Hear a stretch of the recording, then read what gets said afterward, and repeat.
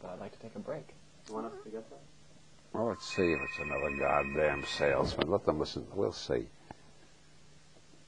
Oh, now we've got Robert Anton Wilson saying "goddamn salesman." We can put that in a song. Yeah. Just loop it on the site. Goddamn salesman. Goddamn salesman. Like the Marion Berry record. Yeah.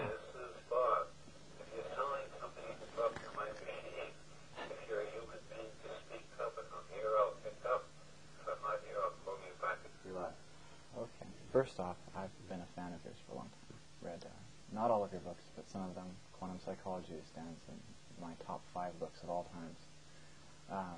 And a particular thing that I really enjoyed was your exercises that you gave on the end of each chapter. I felt like, a book that's telling how to change your reality or consciousness or explaining ways of living, if it's just a book and that's where it ends, it often doesn't help a lot. You have to actually do the things that the book talks about, I think. That's why I put the exercises in. Figured, precisely. You see how much time I save with that message? Yeah.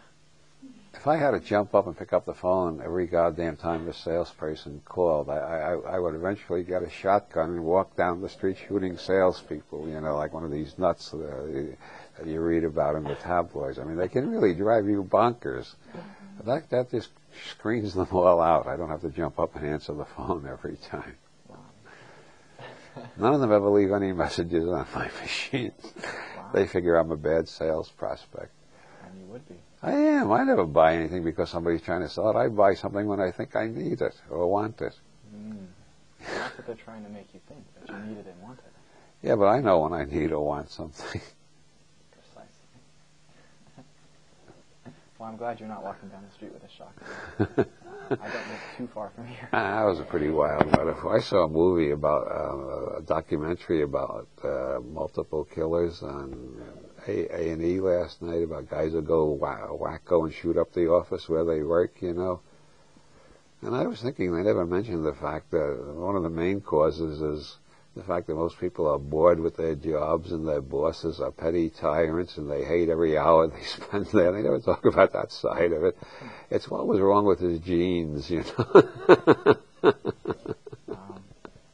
guess that goes into your boredom turning into fear because boredom is the worst state.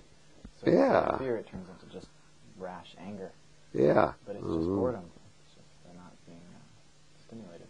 Yeah, well, in ordinary conditions, boredom tends to turn into anger. It's in an isolation tank, it turns into paranoia because there's nobody to be angry at. Yeah. So, I wrote down a list of some of the tools you mentioned that you've tried in your life. It's a very incomplete list, but there's some particular ones that I have interest in. General semantics, linguistics, neuro-linguistic programming, and Zen. And I was wondering if you wouldn't mind going into a little more depth on each of those. I'll prompt you, of course. Well, general semantics seems tremendously important to me. When Science and Sanity came out in 1933, some of the leading scientists in the world wrote rave reviews of it about how important it was. And now, 70-plus years later, it hasn't had the impact it should have had, which I think is a major tragedy. If more people would try to apply Korzybski's principles, the world may not become utopia overnight, but it would become a lot less crazy and bizarre than it is at present. You just have to listen to political speeches to realize here are people making noise and getting applauded for it, and they're not saying a goddamn thing that can be measured or tested or checked out or sensorily confirmed or confirmed by intuition or anything. It's just noise. Politics, advertising, religion, they all exploit semantic ignorance.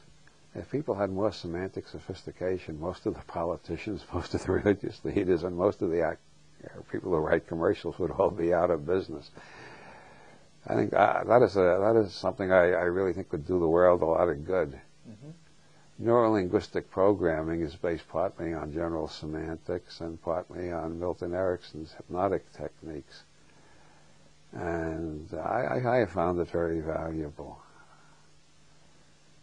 The gimmicks are not nearly as important as the attitude of realizing how your words are affecting people.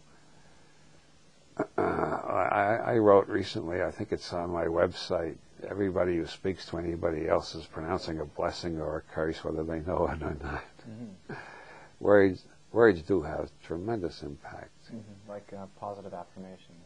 Yeah, and negative things too have tremendous effects. An affirmation is not... Yeah, Rossi's book, which I mentioned earlier, The Psychobiology of Mind-Body Healing, he begins with a case of a guy killed by a shaman pointing a death bone at him. Is that magic? It's documented. It really happened. I don't know. So the fundamentalist materialists have to say it didn't happen or it was just coincidence or something like that. I don't think it's done through supernatural means, but I do think people are very influenced by words, and when a shaman points a death bone at you, he recites a curse while he's doing it. Now, pardon me, I don't mean to point in your direction. I don't have a death bone anyway, but... it can be a very powerful thing. Oh, yes. Same with your father telling you you're stupid every day. Oh, God, yes, or, yeah. Any other speech or messages even that come into your mind, which brings me kind of full circle back to something I picked up out of one of your books, and I've always tried to apply English prime. And I was wondering if you could just mention to our audience what English prime is and how to use it in your own life. Well, I'm getting, there I go again, you see, I am, as violating English prime. I'm getting much better at using it in my writing. It's getting easier and easier. My speech, I still use the is of identity too damn much. I'm still working on correcting the speech. One of your books. What? I remember reading in one of your books that very same thing. Yeah, I'm still working on it. I'm getting the writing down, but the speaking is a lot harder.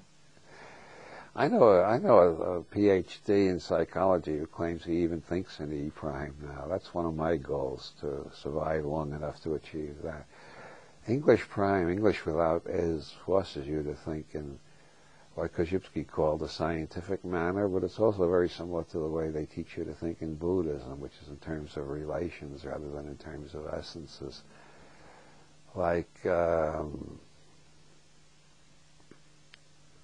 have a date with somebody, they don't show up. God damn them, they don't care about me at all, selfish bastards, sons of bitch, you know, all that stuff. You don't know what the hell, maybe they got hit by a car. Maybe they got held up by an accident in an elevator. You don't know, you know. But that's an obvious example, but it gets much more subtle. Like, this is pornography, therefore we should ban it.